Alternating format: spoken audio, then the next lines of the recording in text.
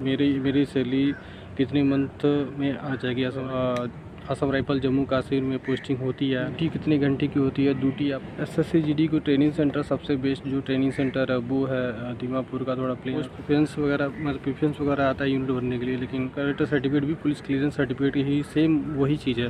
Wicket NCC की मैं जो असम राइफल में सेलेक्ट हुए SSC GD के थ्रू, और तो वो सोच रहा है कि भाई मैं PTI बन सकता हूँ या फिर ड्रिल इंस्ट्रक्टर वगैरह बनने के लिए कोर्स करना चाहता हूँ।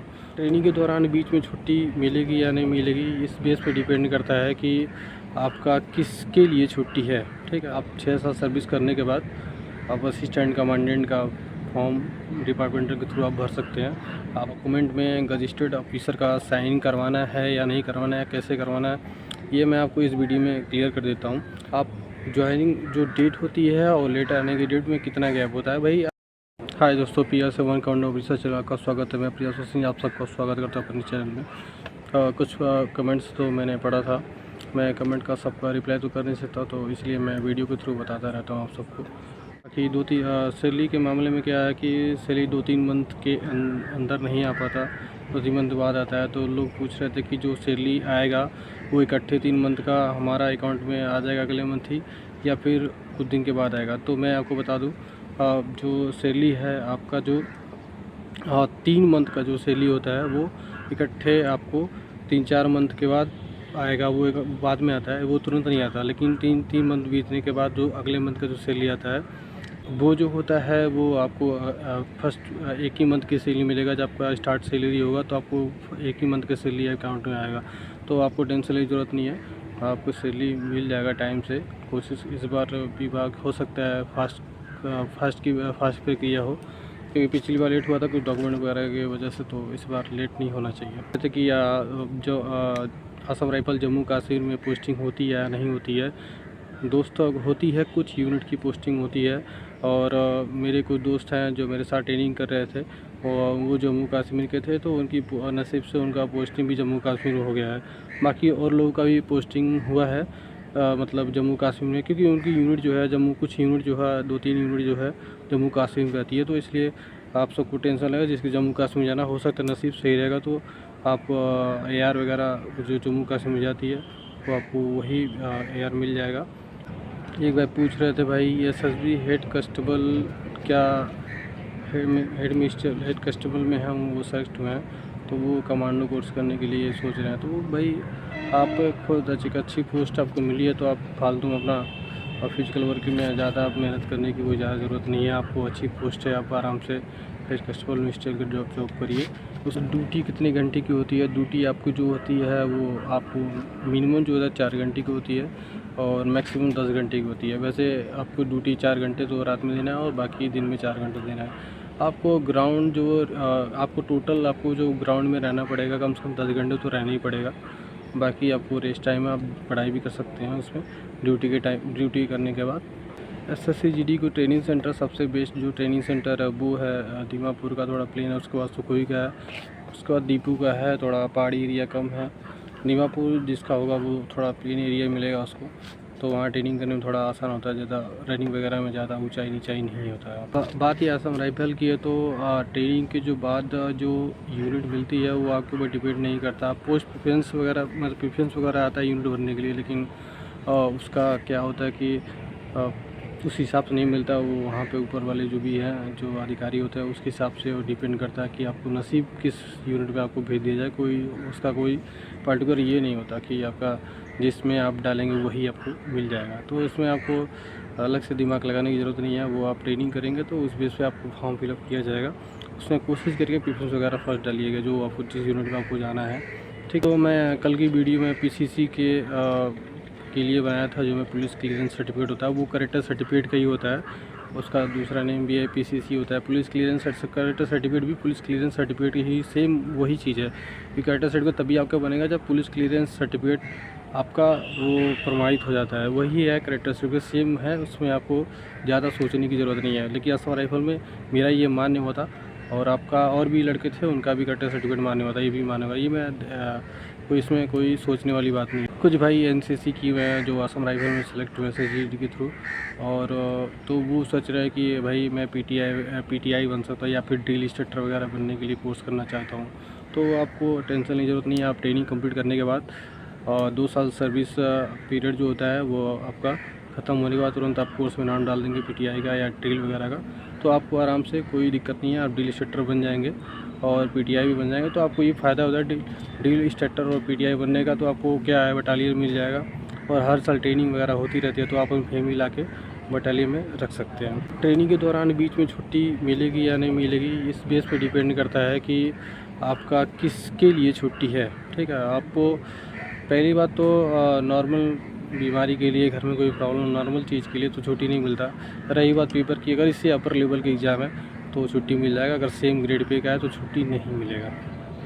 असम राइफल में आप 6 साल सर्विस करने के बाद आप असिस्टेंट कमांडेंट का फॉर्म डिपार्टमेंटल के थ्रू आप भर सकते हैं। आप तैयारी करते रहिएगा, असिस्टेंट कमांडेंट का फॉर्म आएगा, आप उसके थ्रू फिलअप करने के बाद आप अच्छे पढ़े लिखे रहेंगे तो आपको असिस्टेंट कमांडेंट की पोस्ट मिल जाएगी।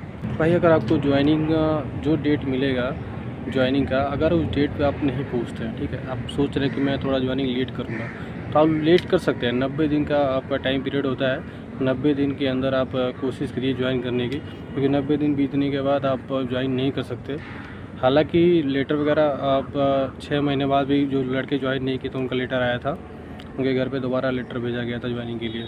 तो आप कोशिश करिए कम से कम 90 दिन तो ज़्यादा ना लेट हो आपका, अगर आप ज्वाइनिंग करना, आप बाद में ज्वाइनिंग करना चाहते हैं तो। क्योंकि मेरे साथ के कुछ लड़के थे जो मतलब मेरे प्लाटून के थे, लेकिन वो नहीं आए थे, मतलब वो कुछ एग्ज़ाम था या कुछ वजह से, तो उनका लेट ज्वाइनिंग हुई थी। लेट ज्वाइनिंग होने का मतलब है कि उनको अगले बैच में ट्रेनिंग कराया जाएगा। अब अगला बैच कब आएगा किसी को कुछ पता नहीं रहता, तो इसलिए आपको कोशिश करिएगा 90 दिन से ज़्यादा लेट ना हो। सवाल यह है कि डॉक्यूमेंट में गजिस्ट्रेड ऑफिसर का साइन करवाना है या नहीं करवाना है, कैसे करवाना है, ये मैं आपको इस वीडियो में क्लियर कर देता हूँ।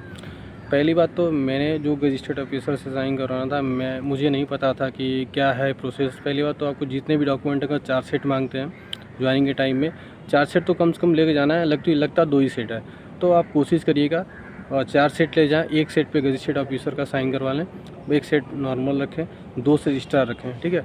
बाकी जो भी है 4 सेट अपना कंप्लीट लेकर जाइएगा। तो गजिस्ट्रेड ऑफिसर से आप नॉर्मल बी क्लास से और ए क्लास के ऑफिसर से साइन करवा सकते हैं। ए क्लास का अधिकारी हुआ है, बी क्लास का। अगर पहली बात तो मेरा क्या था कि मैं साइन करवाने के लिए बहुत ज़्यादा परेशान हुआ था। रजिस्टर ऑफिसर से साइन करवाने के लिए मुझे बहुत ज़्यादा दौड़ना पड़ गया था, क्योंकि मुझे कुछ पता नहीं था। तो मुझे ऐसा लग रहा था कि अगर नहीं साइन करवाऊँगा तो मुझे फेल कर दिया जाएगा या फिर रिजेक्ट कर दिया जाएगा डॉक्यूमेंटेशन की वजह से। लेकिन वहाँ जाने के बाद मेरा कोई भी डॉक्यूमेंट इस बेस पे नहीं मांगा कि आपका रजिस्टर ऑफिसर का साइन है या नहीं है, क्योंकि कुछ लड़के थे जो डॉक्यूमेंट का फ़ोटोकॉपी नहीं करवा गए थे।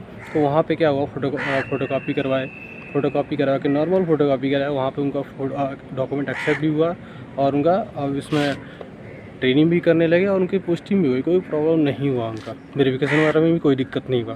तो अगर नहीं हो पा रहा है, कोई नहीं कर रहा है, तो आप, ये सी क्लास की नौकरी है तो आप नहीं करवा पाएंगे तो भी कोई दिक्कत नहीं है। लेकिन जो आप कोशिश करिए करवाने का, क्योंकि बाद में क्या होता है किसी को पता नहीं। करवा लेंगे तो ज़्यादा बेटर होगा। बाकी टेंशन लेने की ज़रूरत नहीं है। नहीं कोई करता है तो आपको परेशान होने की कोई ज़रूरत नहीं। जैसे मैं परेशान हुआ था तो आपको परेशान बिल्कुल नहीं होना है, क्योंकि वहाँ पे विदाउट डॉक्यूमेंट के भी लड़के थे, वो फ़ोटोकॉपी करवाए जाके वहाँ पे बाहर दुकान पे करवाए। फ़ोटोकॉपी कराने के बाद जाए वहाँ पे डायरेक्ट जमा कर दिए बिना अटेस्ट किया हुआ। मेरा भी अटेस्ट था, उनका विदाउट अटेस्ट था, तो उनका भी एक्सेप्ट हुआ, मेरा भी एक्सेप्ट, कोई प्रॉब्लम नहीं हुआ। कि वहाँ पे असम राइफल की ट्रेनिंग में स्विमिंग वगैरह भी कराते हैं कि हाँ भाई स्विमिंग कराते हैं। पहली बात तो दीमापुर में कोई स्विमिंग पूल वगैरह नहीं है, ना कराने का कुछ है। तो हम लोग के टाइम में जो स्विमिंग का जो हुआ था वो प्रक्रिया, वो हमें सुखोई में जाके करना पड़ा था। सुखोई में क्या है, सुखोई में लड़कियां भी ट्रेनिंग करती हैं, लड़के भी ट्रेनिंग करते हैं। सुखोई में जिसकी पोस्टिंग है वहाँ पे लड़कियां भी रहती हैं और लड़के भी, एक साथ उनको ट्रेनिंग होती है। तो और स्विमिंग पूल भी सुखोई में ही है, दीपू वगैरह भी नहीं है। दीपू और दीमापुर के जो जहाँ पे जो ट्रेनिंग करने का जो शेड्यूल था, वो लड़के सुखोई में जाके अपना वो स्विमिंग का वो टेस्ट वगैरह जो भी होता है वो किए थे। बाकी पूल वगैरह वहीं पे है। ज्वाइन लेटर आने के बाद आप ज्वाइनिंग जो डेट होती है और लेटर आने की डेट में कितना गैप होता है, भाई आपकी जो ज्वाइनिंग लेटर इशू होगा कम से कम आपको 20 दिन 15 दिन तो आपको टाइम मिलेगा ही मिलेगा। तो इसलिए आपको कोशिश करना है, जो भी डॉक्यूमेंट है पहले बनवा लेंगे तो ज़्यादा बेटर होगा।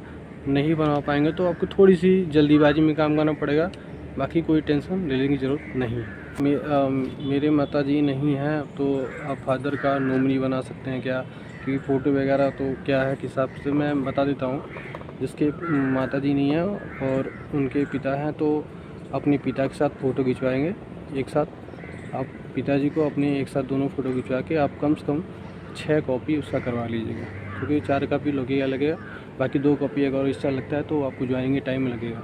अब जिस भाई के दोनों नहीं पेरेंट्स दोनों नहीं हैं, मतलब माता पिता दोनों नहीं हैं, अगर उनकी शादी हो चुकी है तो अपनी वाइफ के साथ ज्वाइंट फ़ोटो क्लिक करवाइएगा और उनका 6 कॉपी लेके आइएगा, उनका आधार कार्ड भी लेके आइएगा। और ये भी कंडीशन होता है कि माता पिता दोनों नहीं हैं और उनकी शादी भी नहीं हुई है, तो आपके घर में चाचा होंगे या दादी होंगी, कोई भी होगा जो उनका आप नॉमिनी बना सकते हैं, आप जिसके आप विश्वास रखते हैं, तो उनके साथ फ़ोटो खिंचवाइएगा और ज्वाइंट 6 कॉपी ज़रूर लेकर आइएगा। ठीक है, उसमें क्या होता है कि नॉमिनी आपको बनाना ही बनाना है, तो नॉमिनी आप बैंक पासबुक में भी जिसको नॉमिनी बनाए रहेंगे, क्योंकि उसमें भी तो मांगता है बैंक SBI अकाउंट ओपन करवाने के बाद। सबसे बड़ी बात यह है, बहुत से बच्चे जो हैं फॉर्म फिलअप करने के बाद कैफ़े वाले ने गलती किया है, एड्रेस गलती कर दिए हैं, कुछ पॉइंट में पिन कोड वगैरह भी बहुत से ऐसे पॉइंट है जो मेरे पास कमेंट आ रहे हैं कि भैया मेरे पास ये है, मेरा डॉक्यूमेंट वगैरह में सब कुछ सही है, लेकिन फॉर्म फिलअप करने में उसने एड्रेस में गलती कर दिया, तो मेरा ज्वाइन लेटर मेरे घर पे पर्टिकुलर पहुंचेगा या नहीं पहुंचेगा। तो सबसे पहले बता दूं भाई, अगर ज्वाइन लेटर नहीं पहुंचता है, ठीक है, अगर नहीं पहुंचता है तो आपके पास मेल आएगा, मेल के थ्रू PDF बन के आपके पास मेल आएगा। मेल पे भी नहीं आता है तो आपको बिल्कुल टेंशन की ज़रूरत नहीं है। आप जिस डेट पे बाकी दोस्तों की ज्वाइनिंग रहेगी उसी डेट पे आप पहुंच जाइएगा, उसमें आपको कोई रुकावट नहीं आएगी। रही बात एड्रेस की, आधार कार्ड की, वहाँ पे कोई प्रॉब्लम नहीं होता। आप वहाँ जाएंगे, सारी प्रक्रिया एकदम स्टार्टिंग से होगी। जैसे आर्मी में, रैली वगैरह में फॉर्म कैसे भी करके लड़के फिलअप करते थे, गलती हुआ रहता है क्योंकि फॉर्म वाले की गलती रहती है, फॉर्म भरने वाले की गलती रहती है। तो जब ज्वाइनिंग हो जाती है लड़कों की, तो वहाँ पे नए तरीके से जो भी आप वहाँ पे प्रूफ देंगे उस बेस पे आपका सबमिट किया जाएगा।